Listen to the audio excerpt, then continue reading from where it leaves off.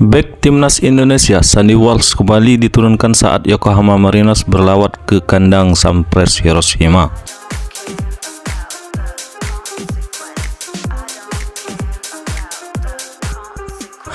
Bermain dari menit awal, Sandy Walsh cukup lugas dalam mengawal pertahanan Yokohama Marinos. Tampil bertahan, Sandy Walsh beberapa kali harus terlibat duel dengan pemain Sampras Hiroshima. Tepatnya pada menit 11, kartu kuning harus didapat usai melanggar keras pemain Sampras Hiroshima.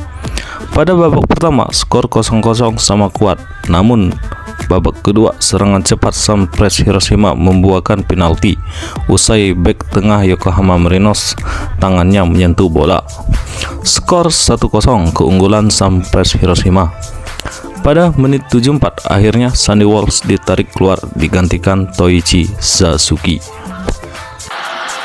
今もね、マリノスは引っかかっちゃいましたけど、ヤンマテス選手やりやすそうですよね。なんかね、されました。ベルギーのメヘレンから加入のインドネシア代表のセンター、本職センターバックなんですけれども、今日はサイドバックでスターターということになりました。サンデー・ウォルシュ。橋本さん